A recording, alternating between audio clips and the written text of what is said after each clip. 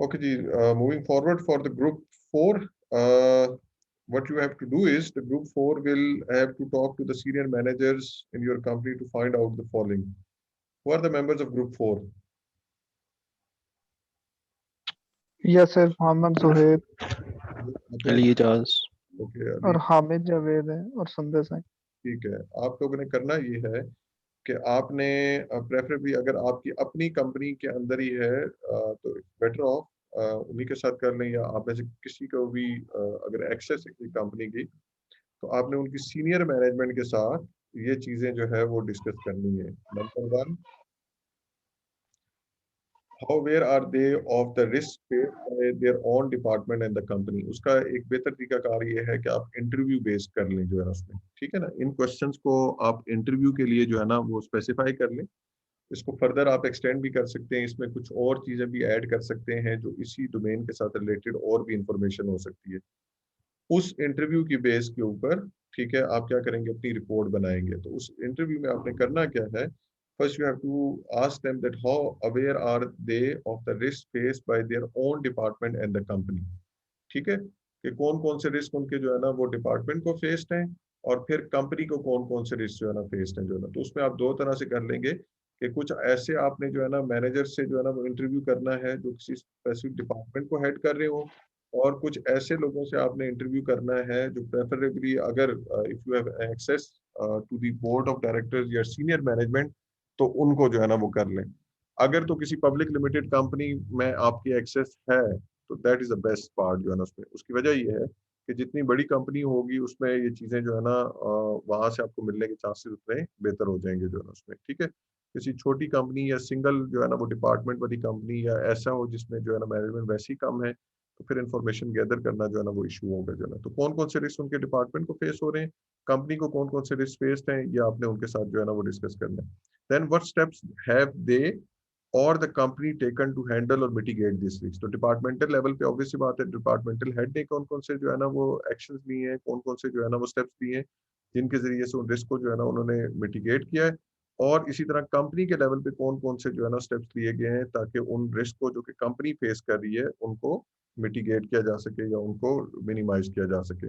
Then what steps still remain to be taken to make their department और company even safer. जरूरी तो नहीं है 100% ही जो है ना वो उनके रिस्क मिनिमाइजेशन जो है ना वो स्टेप्स आप ले चुके हो, क्योंकि हमने लास्ट में भी डिस्कस किया था कुछ ऐसे रिस्क हैं जो अवॉइडेबल हैं, कुछ अनअवॉइडेबल हैं, कुछ ऐसे हैं जो कंट्रोलेबल हैं आपके लिए, कुछ अनकंट्रोलेबल हैं, कुछ ऐसे हैं जो फॉर द टाइम बीइंग आपको जो है ना वो टेकअप करने हैं, कुछ ऐसे हैं जो आपको क्या करने हैं, ट्रांसफर करने हैं। तो अब क्या उनके लिए उन्होंने स्ट्रेटजी यूज की है, क्या चीज़ की जो है ना कौन सी जो है ना मैकेनिज्म अडॉप्ट किया है। तो जरूरी नहीं है कि 100% रिस्क अवॉइड हो चुके हों, कुछ ना कुछ रिस्क अभी भी जो है ना वो टेकअप कर रहे होंगे। तो उनमें से कौन कौन से रिस्क हैं जो कि जिनके अगेंस्ट अभी भी कुछ मेजर्स उनके जो है ना वो लेना जो है ना वो रहते हैं। What risks are being avoided by the company and what are the potential benefits that are being sacrificed by avoiding these risks? कौन कौन से रिस्क हैं जो कंपनी ने अवॉइड कर दिए। हमने कहा था ना कि देखें दो तरह के रिस्क हैं कि एक आपके पास जो है ना वो अनअवॉइडेबल है जो हर सूरत में आपने टेकअप करनी ही करने, और कुछ आपके पास अवॉइडेबल रिस्क है।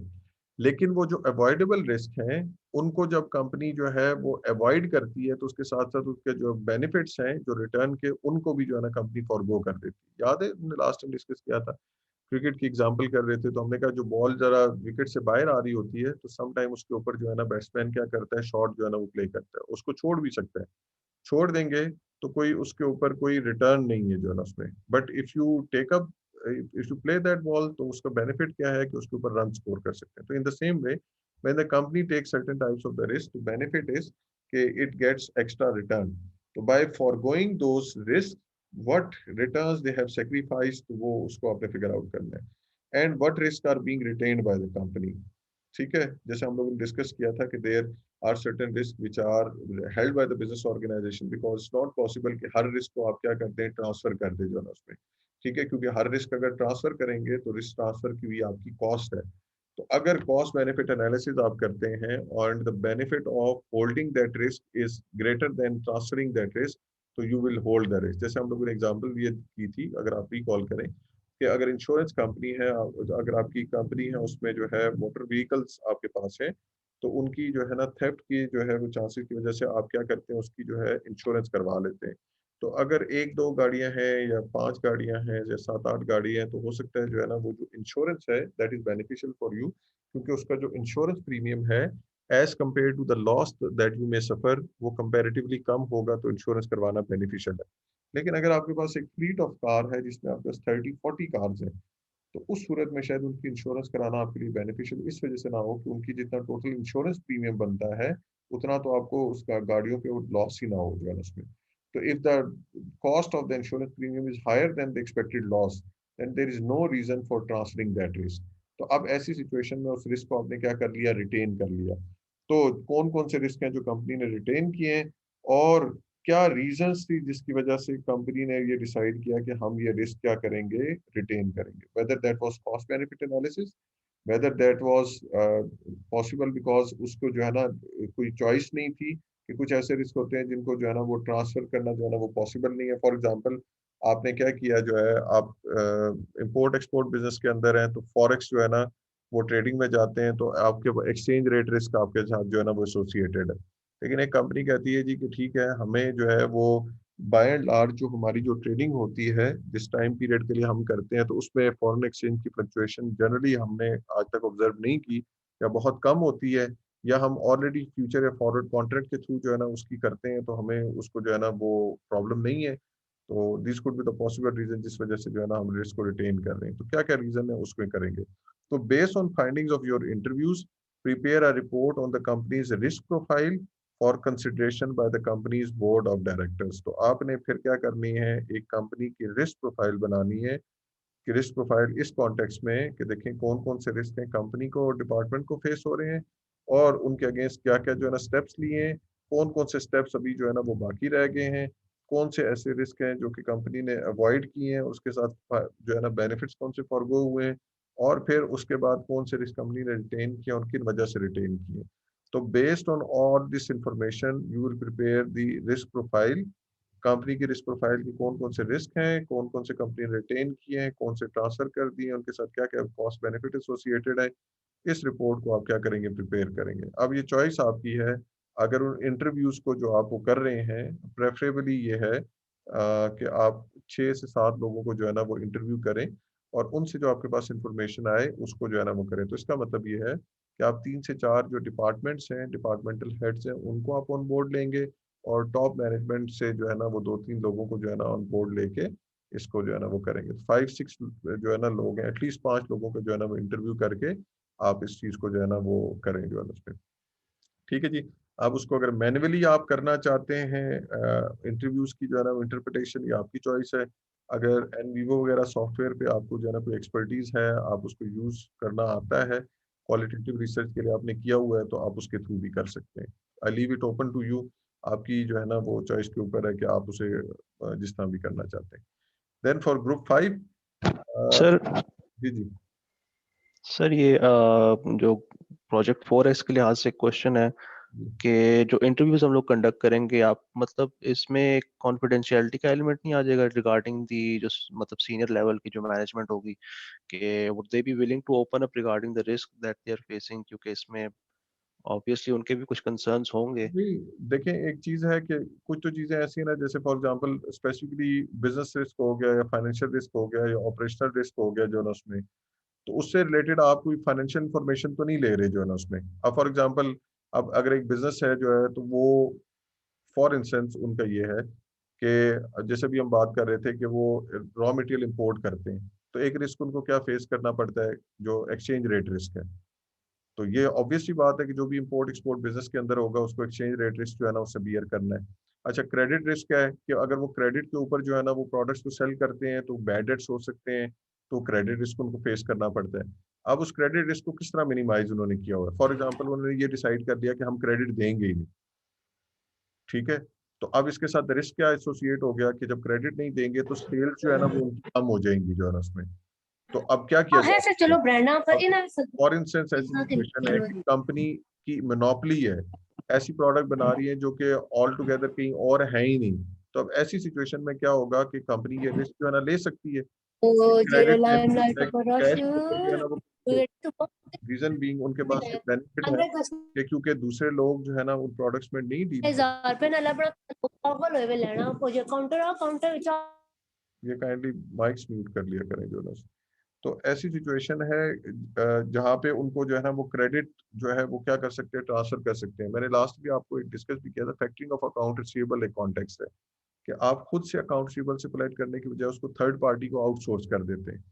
तो अब ये वो इन्फॉर्मेशन है जो स्पेसिफिकली उसमें कोई आप फाइनेंशियल वैल्यूज उनसे नहीं ले रहे कि हाँ जी आप बताएं ना कि आप अगर जो है ना फॉर एग्जांपल फैक्टरिंग करते हैं तो किस रेट के ऊपर करते हैं।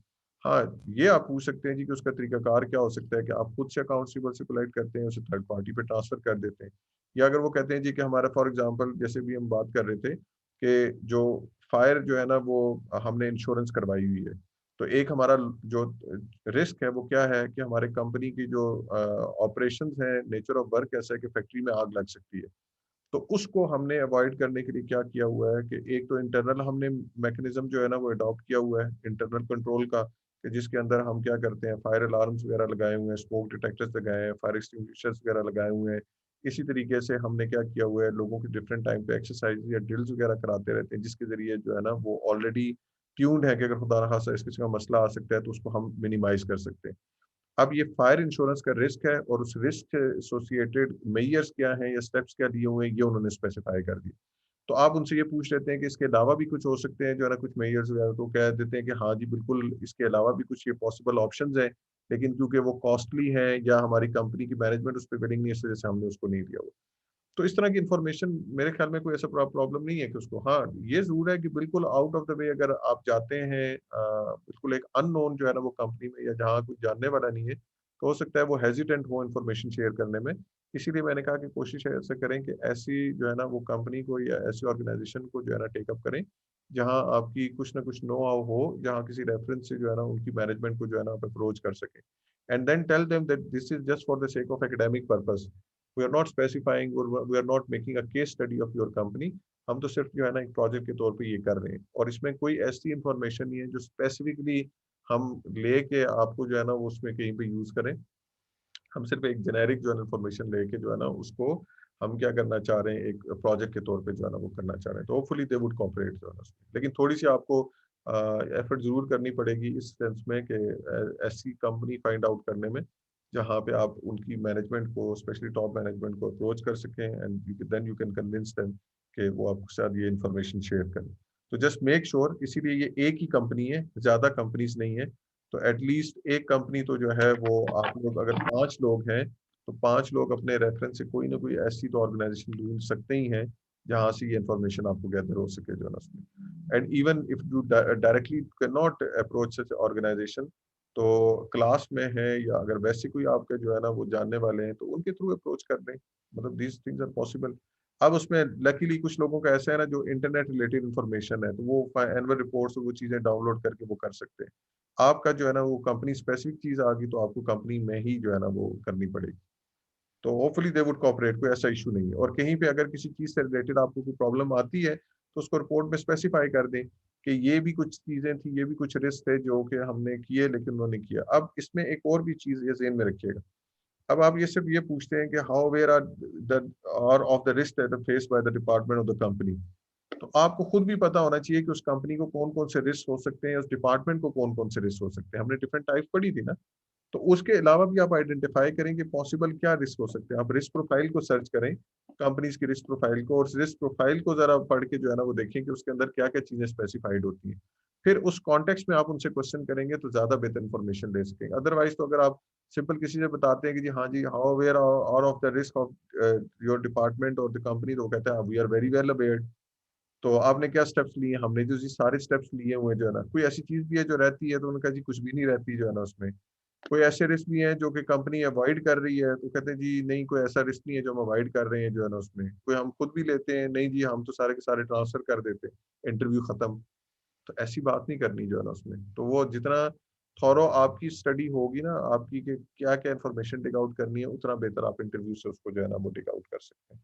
ठीक है, तो hopefully they would cooperate, problem नहीं है। एक्सक्यूज सर, जी जी सर इसमें आजकल जैसे पेंडेमिक में मतलब वन ऑन वन इंटरव्यू में हेजिटेट करेंगे, ऑब्वियसली मैनेजर करेंगे कि बाहर से कोई आए, क्योंकि कोई कंपनीज मसला नहीं है, में भी ऐसे एसओपीज हैं। आप ऑनलाइन तो कर वो लें फिर सर, ऑनलाइन कर लें।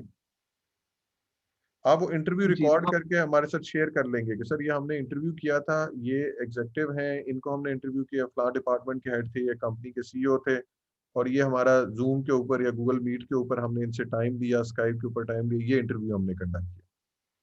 तो इट्स नॉट ठीक हो गया तो नेसेसरी कि आपने हर सूरत में वहां जाना है, अगर जाते हैं तो उसको रिकॉर्ड कर ले वहां पे जो है ना उसमें, ठीक है, क्योंकि जाहिर सी बात है बाद में इंटरप्रेट करना होगा तो आपके रिकॉर्डेड होगा तो आप इंटरप्रेट कर सकते हैं। तो वो कोई कंपल्शन नहीं है कि फिजिकली आपने लाजमी विजिट करना है जो है ना उसमें, आप जो है वो उसको कर सकते हैं, आप ऑनलाइन किसी को ऑन बोर्ड ले लें और उनसे जो है ना वो इंटरव्यू कर लें। ठीक है, चले ठीक हो गया। ठीक है जी। अच्छा जी, then for the group 5 it would be related to the internal control system of the company. उसमें करना ये है कि if the company has a formalised system of internal control, carefully evaluate its effectiveness. पहले तो आप देखें ना इंटरनल कंट्रोल सिस्टम होता क्या है, उस इंटरनल कंट्रोल के अंदर क्या क्या जो है ना वो मैकेनिज्म आते हैं जो है ना उसमें, ठीक है, उससे रिलेटेड स्लाइड्स मैं आपसे शेयर भी कर दूंगा। होपफुली ये हम उसके मंथ एंड से पहले पहले पढ़ भी लेंगे, लेकिन उससे पहले आप ये इंफॉर्मेशन कोशिश करें कि उसको गैदर करने की जो है ना उसमें, और जो चैप्टर के नोट्स हैं वो मैं कोशिश करता हूँ आपके साथ शेयर कर दूँ ताकि आपको आइडिया हो कि क्या आता है। अदरवाइज इंटरनल कंट्रोल सिस्टम को स्टडी करें कि इंटरनल कंट्रोल के अंदर क्या चीज़ें हैं, इंटरनल चेक कैसे है जो है ना उसका कंपनी का, और उसकी क्या जो है ना वो इफेक्टिवनेस है। If you find an area any weak area in the present system, tabulate these weaknesses. अब ये भी इंटरव्यू बेस्ड आप कर सकते हैं। आप वहाँ पे जो है ना वो क्या करें, और किसी भी कंपनी को जो है ना अप्रोच करें और उनके मैनेजर से जो है ना इंटरनल कंट्रोल सिस्टम के ऊपर जो है ना वो इंटरव्यू कर लेंगे उसमें, और उनको पहले इंटरनल कंट्रोल सिस्टम के बारे में पूछें, लेकिन उस इंटरनल कंट्रोल सिस्टम से पहले आप खुद इंटरनल कंट्रोल सिस्टम को थोड़ा पढ़ें कि इंटरनल कंट्रोल के अंदर क्या क्या चीज़ें आती। फॉर एग्जांपल किसी बैंक को ले लें, फाइनेंशियल इंस्टीट्यूशन को, किसी आप मैन्युफैक्चरिंग कंसर्न को ले लेते हैं, किसी फैक्ट्री को ले लेते हैं, तो उनका इंटरनल कंट्रोल का जो है ना प्रोसेसिंग से रिलेटेड क्या फंक्शन है, उन डिफरेंट ऑपरेशन से रिलेटेड क्या क्या फंक्शन है, कैसे उन्होंने मैनेज किया हुआ है मैकेनिज्म को कि जिसके जरिए जो है ना वो स्मूथ जो है ना फंक्शनिंग है जितने भी ऑपरेशन की वो हो रही है। अगर उनके सिस्टम में कोई वीकनेसेस हैं तो उन वीकनेसेस को आपने क्या करना है, पिन डाउन करना है, पेन डाउन सॉरी करना है जो है ना उसमें, उनको लिस्ट डाउन करना है। अब जितनी आप वीकनेसेस आइडेंटिफाई कर सकते हैं बेटर इट इज जो है ना sir. For each such weakness list the possible losses that may arise there from, और फिर उस वीकनेस के अगेंस्ट आपने स्पेसिफाई करना है कि अगर ये वीकनेस एग्जिस्ट करती है तो इस वीकनेस की वजह से क्या क्या पॉसिबल लॉस जो है वो हो सकता है कंपनी को जो है ना उसमें या उस पर्टिकुलर डिपार्टमेंट को। और फिर उसके अगेंस्ट आपने क्या करना है, you have to suggest the ways and the means of removing such weaknesses from the system. और फिर आपने उस सिस्टम की इम्प्रूवमेंट के पॉइंट ऑफ व्यू से आपने ये बताना है कि ये तो वीकनेसेस हमने आइडेंटिफाई की, इसकी वजह से ये पॉसिबल जो है ना वो लॉस हो सकता है, और इस पॉसिबल लॉस को जो है ना वो ओवरकम करने के लिए हमारी सजेशन ये है कि इस इंटरनल कंट्रोल सिस्टम के अंदर इस चीज को जो है ना वो इनकॉर्पोरेट कर दें।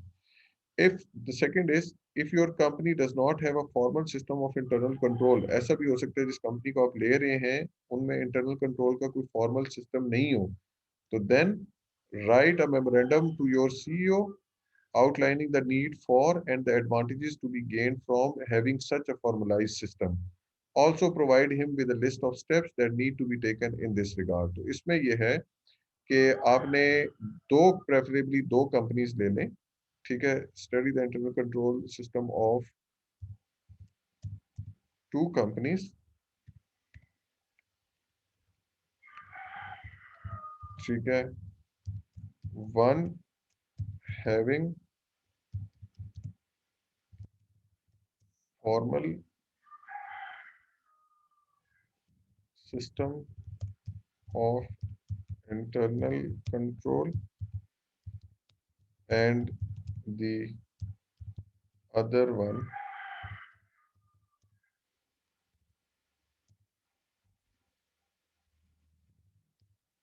Without formal system. ठीक है, तो एक ऐसा ले लेना है जिसमें फॉर्मल सिस्टम एग्जिस्ट करता है, दूसरा ऐसा ले लेना है जिसके अंदर फॉर्मल सिस्टम जो है वो एग्जिस्ट नहीं करता।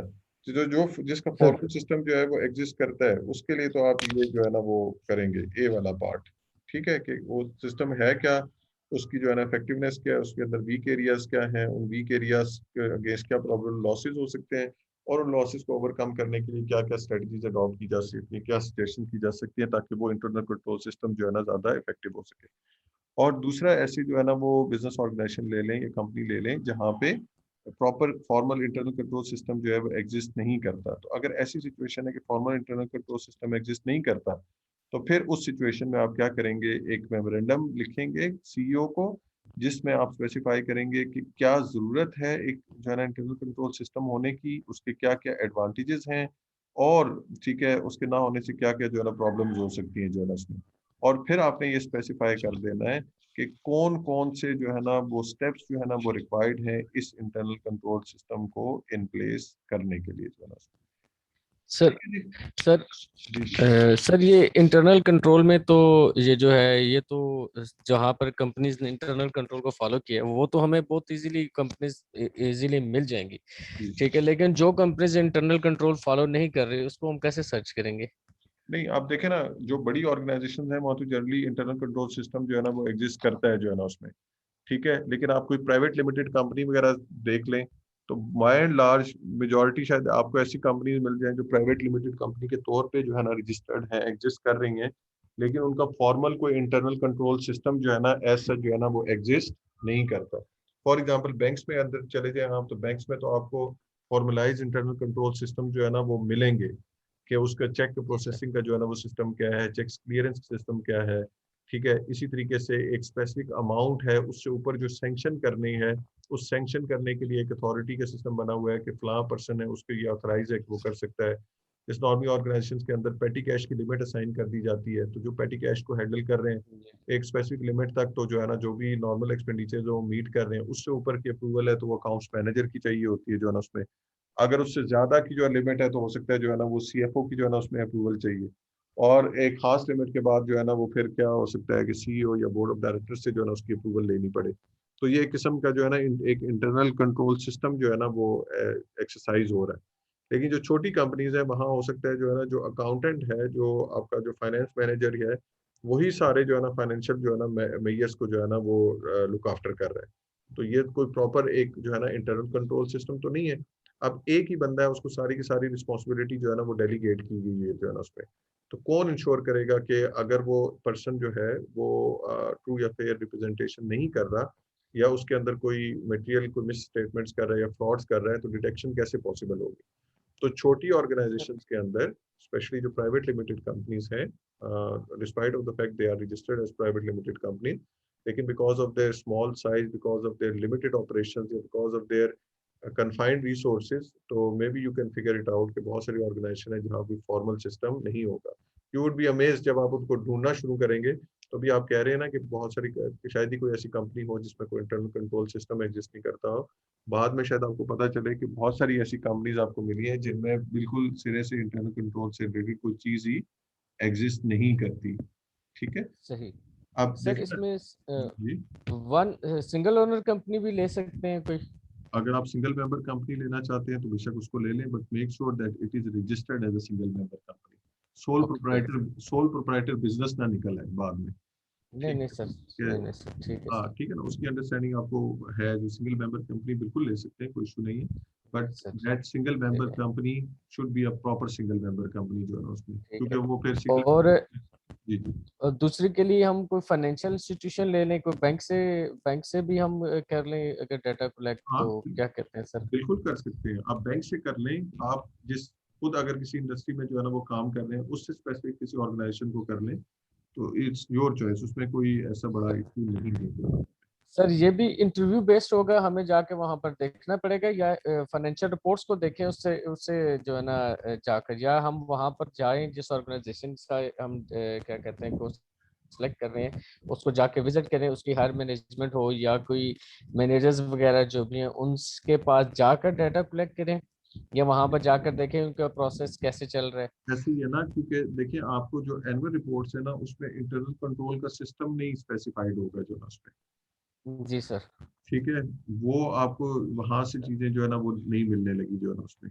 ठीक है, वो कंपनी में से ही आपको जो है ना वो चीजें जो है ना मिलेंगी। जैसे अभी यहाँ पे एक मिनट ठहरे ना, मैं आपके साथ ये शेयर करता हूँ। ये एक मिनट है।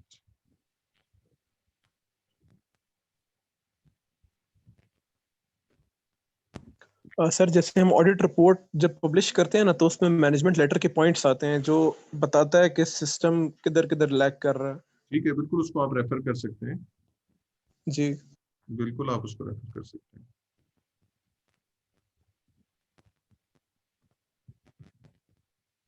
किधर चले गए?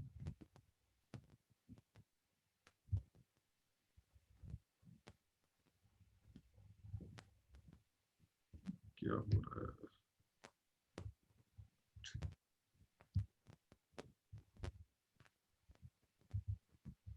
ये फॉर इंस्टेंस यहाँ से आप कुछ, आपको और भी जो है ना उसमें हेल्प हो जाएगी। ये तो रिस्क हम डिस्कस कर चुके थे। ये इंटरनल कंट्रोल से रिलेटेड जो है ना वो चीजें हैं जो है ना उसमें। ठीक है, अब इंटरनल कंट्रोल के अंदर बेसिकली क्या है?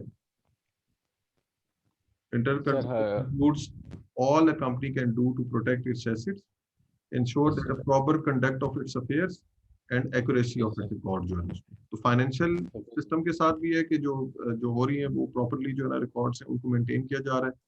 उसके एसेट्स की प्रोटेक्शन से रिलेटेड भी है जो है ना उसमें। जैसे हमने कहा जी कि अगर फॉर एग्जांपल आपका इंटरनल कंट्रोल सिस्टम है जो है ना वो फायर की जो है ना वो उसको से प्रोटेक्ट करने, फैक्ट्री है, एक्सटिंग्विशेबल जो है ना उसमें जो है ना वो मटेरियल जो है ना यूज होता है। तो अब क्या मैकेनिज्म उन्होंने अडॉप्ट किया है ताकि फैक्ट्री के अंदर किसी तरह के भी जो है ना कोई इस किस्म के जो है ना हैजर्डियस इंसिडेंट जो है ना वो ठीक ना हो सके, जो है ना उसे कर सकते हैं। ये ठीक सर है, और ये भी हो सकता है ensure the proper conduct of its affairs, कि जो उनके डिफरेंट ऑपरेशंस हैं वो कितने इफेक्टिवली, कितने अच्छे तरीके से जो है ना वो हो रहे हैं जो है ना उसमें। जैसे भी हम एग्जांपल एक ले रहे थे, फॉर एग्जांपल एक कंपनी थी, अब I just can't exactly remember it's name. तो उन्होंने क्या किया हुआ था कि एक फीमेल हायर की हुई थी जो कि क्या करती थी, उनकी जितनी भी जो ऑफिस सप्लाईज से रिलेटेड जो इंफॉर्मेशन होती थी कि कितनी ऑफिस सप्लाईज हैं, कितनी रिक्वायर्ड हैं, कितनी एक्स्ट्रा जो है ना डिमांड करनी है, और उनसे रिलेटेड जितने भी ऑर्डर्स वगैरह आते थे उनकी जो प्रोसेसिंग होती थी, उनकी पेमेंट होती थी, वो सारे के सारे वो सिंगल जो है ना वो फीमेल करती थी। अकाउंट्स वाले सिंपल क्या करते थे कि जो उनकी तरफ से बिल आया होता था उसको वो क्या कर देते थे, पे कर देते थे। ठीक है, क्योंकि वो बड़ी ट्रस्टवर्दी एम्प्लॉय थी, बड़े अच्छे से जो है ना वो काम कर रही थी। कभी ऐसा नहीं हुआ था कि कोई फ्रॉडुलेंट एक्टिविटी या कोई ऐसी चीज हुई थी, तो किसी ने कभी बॉदर ही नहीं किया था कि वो जो प्रोसेस होता है जो है ना उसको जरा चेक करना, जो इनवॉइसेस हैं उनकी प्रॉपर जो है ना वेरिफिकेशन, या वो जो जिस तरीके से उन्होंने जो एस्टिमेट करनी होती थी कि कितनी डिमांड है, कितनी रिक्वायरमेंट है, कितनी मंगवानी है, किससे मंगवानी है, किसी ने उसको जो है ना वो स्टडी नहीं किया। तो ऐसा हुआ कि किसी टाइम पे जो है ना वो बीमार होगी और उनको लीव पे जाना पड़ गया 2-3 माह के लिए। तो अब पीछे पूरी कंपनी में कोई ऐसा बंदा ही नहीं था जिसको उस प्रोसेस की जो है ना नो हाउ भी हो। डॉक्यूमेंटेशन सारी एग्जिस्ट करती है, प्रोसेस सारा जो है ना वो एग्जिस्ट करता है, लेकिन उस प्रोसेस के साथ जो है ना फेमिलियराइजेशन ही नहीं थी, जिस वजह से वो सिस्टम ही जो है ना वो ऑपरेट नहीं हो सकता। सम टाइम ऐसा भी होता है कि विद इन ऑर्गेनाइजेशन के वो सारा का सारा काम एक बंदा या एक दो लोगों के पास जो होता है जो सारा उसको मैनेज कर रहे होते हैं। तो उनकी फेमिलियराइजेशन बाकी लोगों की ना होने की वजह से, जॉब रोटेशन ना होने की वजह से, या जॉब एनरिचमेंट या जॉब एनलार्जमेंट ना होने की वजह से क्या होता है कि अगर उनमें से कोई भी चला जाता है जो है ना उसमें, या उसको जो है ना वो निकाल दिया जाता है, या उसको उदाहरण से डेथ हो जाती है, रिटायरमेंट हो जाती है, किसी भी वजह से जो है ना वो ऑर्गेनाइजेशन छोड़ जाता है, तो पीछे वो सिस्टम जो है ना वो चलाने के लिए है ही नहीं। तो ये 3 मेन एरियाज है जिनको जो है ना वो आपने उसको लुक आफ्टर करना है। तो इसमें फर्दर क्या चीजें हो सकती हैं कि इंटरनल कंट्रोल में you have to find out that that all is due to the company, comes to the company जो है ना उसमें, कि जो कंपनी के जो रिसोर्सेज हैं जो उन्होंने एक्वायर करने वो कंपनी को वाकई मिले। That company page only what it should pay out, जो कंपनी ने पे करना है वही पे हो रहा है। पता लगे कि जितनी रिक्वायरमेंट उससे ज्यादा ही आप जो है ना वो स्पेंडिंग कर रहे हैं जो है उसमें वो अननेसेसरी चीजों के ऊपर जो है ना पेमेंट चल रही है। That all income, expenses, assets and liabilities are properly recorded, and that all the assets of the companies are protected and the company's records are reliable. Further इनमें चीजों में चलते जाएंगे। अब उनमें टूल्स, इस इंटरनल कंट्रोल मैकेनिज्म को check करने के लिए वो जो बात थी ना कि सिस्टम कितना इफेक्टिव है या नहीं है, तो उसमें आपने ये देख रहे हैं कि डिफाइंड प्रोसीजर्स हैं या नहीं। तो उसमें नॉर्मली चीज ये होती है, there should be only one way of doing that work जो है ना उसमें, कि इस काम को करना है उसका एक ही तरीका है जो है ना उसमें। अब जब उसके अंदर आप जो है वो कहते हैं ना कि ऑप्शंस ले लेते हैं कि इस तरह तो वैसे तो ये इस तरह ही होता है, लेकिन चलें इस सूरत में ऐसे भी कर लेते हैं जो है ना उसमें। तो जब उसमें एग्जाम्पशंस आने शुरू हो जाती हैं कि इस पर्टिकुलर सिनेरियो में हम ये करें, तो फिर आपका इंटरनल कंट्रोल जो है ना वो सफर करता है। तो आपने कोई भी जो काम करना है, चेक की क्लियरेंस है तो चेक की क्लियरेंस का क्या प्रोसीजर होगा। अगर फॉर एग्जांपल किसी की जो है ना वो पेमेंट करनी है हमने, अगर जो फॉर एग्जांपल कोई क्रॉस चेक है तो क्रॉस चेक का प्रोसीजर क्या है। अगर कोई बियरर चेक होगा तो बियरर चेक का प्रोसीजर क्या है। डेफिनेट सी बात है वो ले डाउन होगा। अगर फॉर एग्जांपल लोन की प्रोसेसिंग है तो लोन जो हमने ग्रांट करना है तो उसका प्रोसीजर क्या होगा। अगर किसी कस्टमर ने अकाउंट ओपन करना है तो उस अकाउंट ओपनिंग का जो है ना वो प्रोसीजर क्या होगा।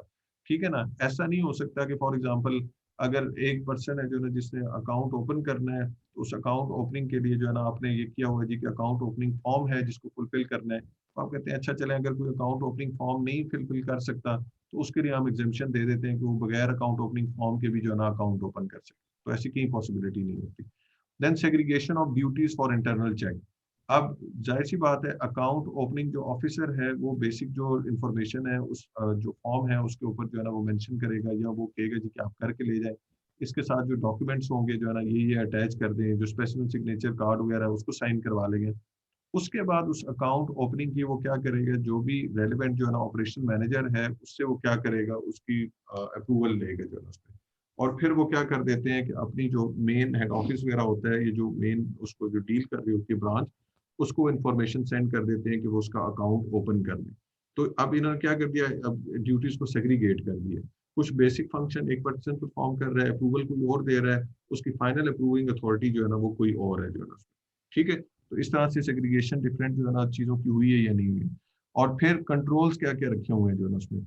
जैसे हम बात की थी कि फिजिकल जो है ना कंट्रोल्स हैं, कैश को सेफ में रखा हुआ है, उसकी जो है ना आप कैसे जो है ना कहते हैं जो है कि मिसाल के तौर पे लॉकर्स हैं उनको जो है ना बैंक लॉकर्स हैं उस पर रखा हुआ है। सिग्नेटरी कोई सिंगल पर्सन है या डुअल सिग्नेटरी है, जस्ट टू इंश्योर के जो है ना कि उसकी वेरिफिकेशन हो सके। जो मैनेजेरियल कंट्रोल्स हैं उसके अंदर बजट्स, लिमिट्स या अप्रूवल्स हैं, जैसे हमने कहा था जी कि इस लिमिट तक जो है ना फाइनेंशियल जो अथॉरिटी है वो एक पर्सन के पास है, उससे अबव होगी तो किसी और से लेंगे। उसकी सुपरविजन कैसे की जा रही है, अकाउंटिंग जो ऑडिटिंग जो प्रोसीजर्स है उनको कैसे करते हैं, और फिर राइट पर्सन को कैसे सिलेक्ट करेंगे। तो ये इनको जरा गो थ्रू करेंगे ना आप इन स्लाइड्स को, तो बहुत सारी चीजें आपको मिल जाएंगी जो है। कुछ बेसिक कंट्रोल्स हैं, सुपरवाइजरी कंट्रोल्स हैं, फिर इंटरनल चेक्स हैं। अब इंटरनल कंट्रोल के अंदर क्या क्या जो है ना वो चीजें हैं जिनको आप कर सकते हैं। ठीक है। प्रोसीजर्स को कैसे जो है ना वो डिजाइन किया जा सकता है, मॉनिटरिंग इनकी कैसे की जा सकती है।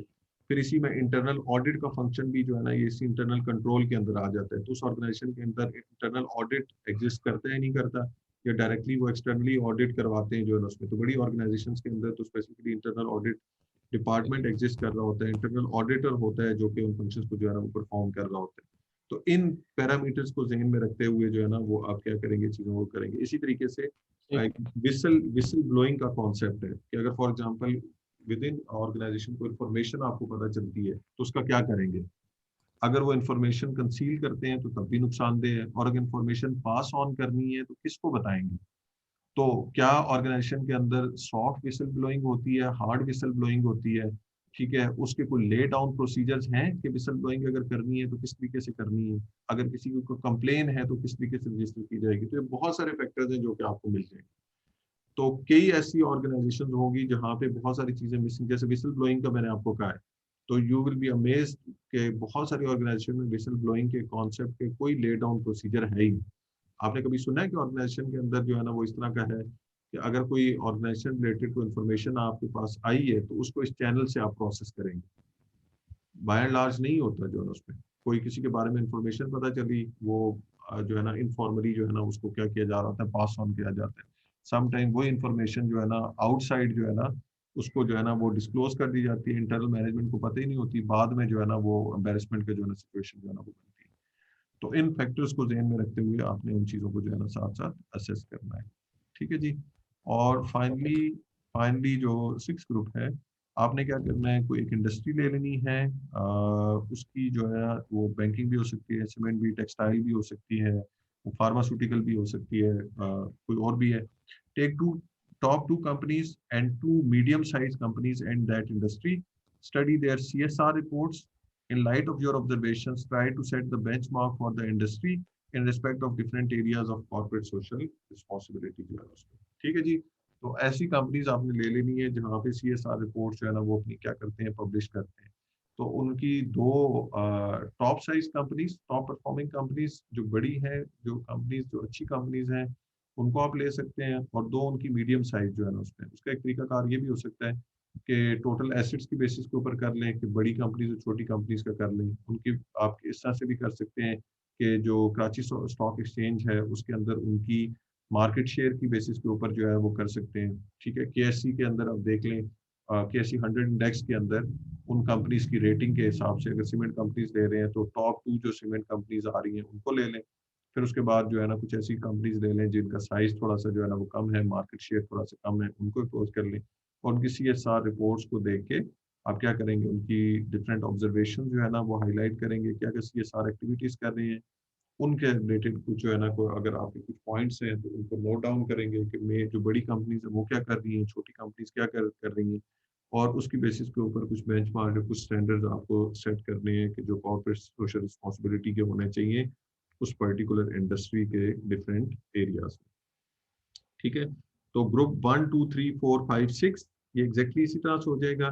ग्रुप 7 जो है वो प्रोजेक्ट 1 करेगा, ग्रुप 8 प्रोजेक्ट 2 करेगा, ग्रुप 9 प्रोजेक्ट 3 करेगा, ग्रुप 10 प्रोजेक्ट 4 करेगा, और ग्रुप 11 जो है ना प्रोजेक्ट 5 करेगा. तो बिल्कुल इसी सीक्वेंस में जो है 6 के बाद दोबारा से जो है ना वो रीस्टार्ट हो जाएगी नंबरिंग, और ये इस तरह से 11 ग्रुप्स आपके जो है ना वो कंप्लीट हो जाएंगे. ठीक है सर ग्रुप 1 का एक दफ़ा बता दें, क्योंकि वैसे थोड़ा सा लेट ज्वाइन किया था. 2 पे आप आ चुके थे उस टाइम, और 1 कब था? 1 का ये था जो है ना उसमें आपने क्या करना है कि जो मेजर स्कैंडल्स हुए हैं कॉर्पोरेट गवर्नेंस के लास्ट 30 इयर्स में, उनको आपने जो है ना फाइंड आउट करना है, और उनको आपने क्या करना है डिसेंडिंग ऑर्डर में जो है ना वो लिस्ट डाउन कर लेना है कि जो हाईएस्ट इनके जो लॉसेस हुए हैं, जो फाइनेंशियल जो जिन्होंने जो लॉसेस हैं या फाइनेंशियल जो स्कैंडल्स से, उनको प्रायोरिटी बेसिस के ऊपर जो है ना डिसेंडिंग ऑर्डर में नोट डाउन कर लेंगे. फिर उसके बाद आपने ये करना है कि जो टॉप 2 जो है टॉप 3 जो आपके जो स्कैंडल्स हैं, जो फियास्कोस हैं, उनके बारे में आपने 1000 वर्ड्स की एक रिपोर्ट लिखनी है कि ये बेसिकली स्कैंडल था क्या, किस कंपनी से रिलेटेड था, उनका नेचर ऑफ ऑपरेशन क्या था, किस वजह से ये हुआ. जैसे फॉर एग्जांपल एनरॉन का मोस्टली हम लोगों ने सुना हुआ है, तो एनरॉन का जो है ना स्कैंडल था क्या, उसका फाइनेंशियल लॉस क्या आया, क्या रीजन थी जिसकी वजह से ये फाइनेंशियल जो है ना ये स्कैंडल जो है ना वो हुआ, उसमें कौन कौन सी पार्टीज इन्वॉल्व थी, क्या मेन रीजन थी जिसकी वजह से जो है ना वो रेगुलेटर्स को नहीं जो है ना वो देख सके. तो उससे रिलेटेड जो है ना 1000 वर्ड्स की रिपोर्ट जो है ना वो आपने स्पेसिफाई करनी है. एंड रिमेंबर वन थिंग कि ये आपकी मतलब सिर्फ ये नेट से कॉपी पेस्ट ना हो, आपकी अपनी जो है ना वो एफर्ट हो उसमें जो है करते हो. दूसरा ये है कि इंटरनेट से आपने जो है ना वो डिफरेंट कोड्स को जो है ना या रेगुलेटरी रिपोर्ट्स वगैरह को जो है ना वो डाउनलोड कर लेना है. लास्ट 10 इयर्स के अंदर जो उनके अंदर चेंजेस आई हैं उनको आपने क्या करना है, स्टडी करना है. जैसे मैंने बताया था कि पाकिस्तान में जो कोड ऑफ कॉर्पोरेट गवर्नेंस है उसका revise code of corporate governance 2012 के अंदर